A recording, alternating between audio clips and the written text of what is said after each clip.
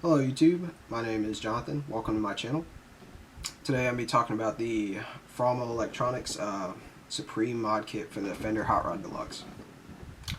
So about 6 months ago, my amp died on me, for lack of a better word. I was playing and then just all of a sudden go to fire it back up again and just flat, gave like a 60 cycle hum. At the time I knew nothing about it, but I did some research and it all points to filter capacitors in the amp. And I actually did some more research on it, and it turns out that Fender has this problem a lot with the new Hot Rod Deluxes. So I have a Gen 3, so that's past '02, I want to say. Might be like 2004 and newer. But they basically switched production to Mexico, and they were using, I guess, faulty parts over there at that factory just for the time. So some of those Hot Rod Deluxes coming out had some issues, and I guess I was one of those unfortunate few who got that issue.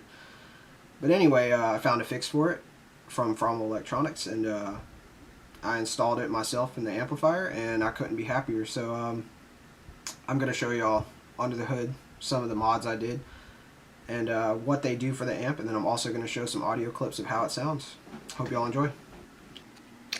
Alright, we're back, and now we're going to take a look at what's inside. So before I get into the electronics parts, I'm just going to show you all what I got for tubes. That way whenever it comes to the sound video, if people are wondering. So the power output tubes are a pair of tungsols. I can't remember which ones they are. I think they're like the STR ones. And then going across on the preamp tubes, the phase inverter I want to say is a JJ. This one is a Sovtech. And then preamp 1 is also a tungsol. So, and then let's get this to focus. Focus. I'll make it focus. And then the speaker is actually a Celestion Vintage 30. And I didn't put that in there. It just so happened that the dude I bought it from had that in there, which to me is a good upgrade. And then this one happens to be the UK one and not the one made in China, so awesome awesome trade there. And it's just a stock reverb tank down there. And then basically we're just going to work our way from left to right. So one of the things you can do that they have instructions for is the wire dress up kit.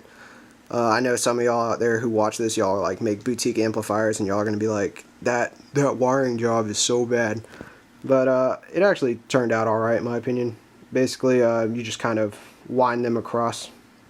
That way it cancels out oscillation and different interference like that. So just working across, first thing you'll notice is all of the IC capacitors have been switched to F&T capacitors, and you can see them across. They recommend that when you change those you put I forget what type of paste it is. It's some type of electronic paste, but I basically use silicone in replace, like the stuff you can put in between windowsills and to fill gaps like that. I found that the temperature rating is good enough and it creates a secure bond and they won't go anywhere. Working backwards up there, can't really tell much here. These wires that cut across, this black and yellow wire, that was actually for the reverb. That was a reverb mod for it. So that goes there. It just kind of makes the reverb sound less washy, because once you get it past like 3, it's super washy. These red caps are the WEMA caps they were talking about on their website for the tone, and those right now are on the bass and the mid.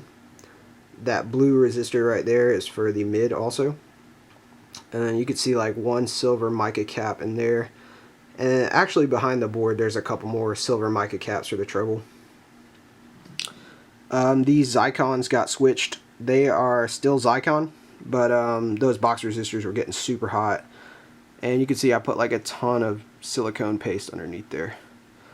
Down here you can see another blue resistor. That's for like the power stage. This one fits right over the phase inverter tube. But there's a couple scattered underneath this board. Like there's that one under the phase inverter. There should be some, yeah, along this whole body you can see there's a bunch of different blue resistors. And these blue battery looking things right there, those are the Nichicon capacitors. And there's one more F&T one. The volume potentiometer got switched to a audio taper instead of a linear taper. So that just helps with the volume control, not make it sound so loud. And you can see that the input jacks, before they had a solder point on the board, they've been switched to external ones, so they're mounted to the chassis. And that just makes it to where, like, you know, if you accidentally pull the jack out too fast, or like you bend it, you won't like damage the board. And I gotta say, this board is really complicated. You can see there's just tons of pieces everywhere, and it's really delicate. Like when you're unsoldering the pieces in the back, you have to be really, really careful. The traces lift off the board so easy, and I've actually had to jump a couple different wires because they would lift off super easy. But I'm not going to touch any component physically with my hands, just because it's not fully discharged. And just want to show y'all what's going on inside. Get a better look. That way you know you're not actually buying, you know, junk. You're actually getting real pieces, good parts and all. And yeah, that's pretty much it right there. I'm gonna show y'all some tone videos next, and you guys can listen for yourself and be the judge if it sounds good to you. See you in the next video.